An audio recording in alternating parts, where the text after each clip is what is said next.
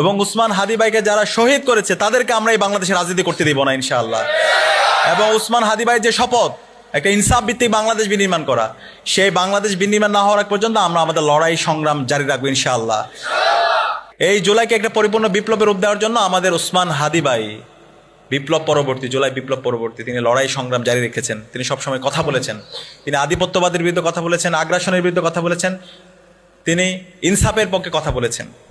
যে কারণে এই পতিত ফেসিস্টরা এবং কালচারাল ফেসিস্ট চক্র ওনাকে হত্যা করেছে এবং সর্বশেষ ওনাকে গুলি করে আমাদের এই উসমান হাদি ভাইকে শহীদ করেছে।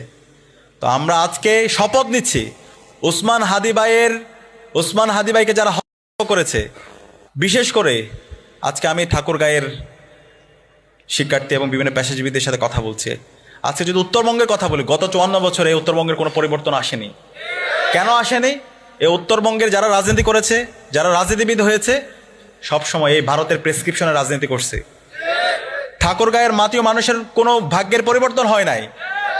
সে কারণে এখনই সময় আমাদের যারা ইনসাফের প্রতিনিধিরা আছে আমাদেরকে মনোনীত করতে হবে।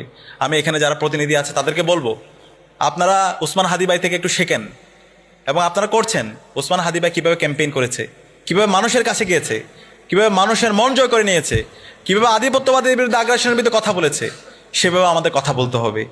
মাটিও মানুষের ভাষা বুঝতে হবে এবং আমাদের যে চিন্তাগুলো, তারুণ্যকে নিয়ে আমাদের চিন্তা কী, সেগুলো আমাদের সমাজের কাছে পরিষ্কার করতে হবে। এবং আমরা কেমন সমাজ বিনির্মাণ করতে চাই, আমরা যখন জনগণের ম্যান্ডেট পেয়ে আমরা যখন নির্বাচিত হয়ে আসব, জনগণের প্রতি কী কমিটমেন্ট আমরা কীভাবে বাস্তবায়ন করবো, সেই রোডম্যাপটা আপনারা বলে দেন এবং আপনারা একটা নতুন রাজনৈতিক সংস্কৃতি বিনির্মাণ করেন, যেটা ওসমান হাদি ভাইয়ের লড়াই ছিল। আমি বিশ্বাস করি এই নতুন রাজনৈতিক সংস্কৃতি যদি বিনির্মাণ করতে পারি এবং আমরা যদি সমাজে ইনসাফ কায়েম করতে পারি, তাহলে বাংলাদেশ কখনো আর পথ হারাবে না ইনশাআল্লাহ। তো এখনই সময় আমাদের এই ইনসাফ ভিত্তিক একটি বাংলাদেশ বিনির্মাণ করা, শহীদদের আকাঙ্ক্ষার আলোকে একটি বাংলাদেশ বিনির্মাণ করা। এবং আমি বিশ্বাস করি আমরা সবাই ঐক্যবদ্ধভাবে সেই ইনসাফ ভিত্তিক বাংলাদেশ আমরা বিনির্মাণ করতে পারবো ইনশাআল্লাহ। আমরা এখানে 3 জন প্রার্থী আছে, দীর্ঘদিন ধরে আপনাদের অঞ্চলে কাজ করছেন।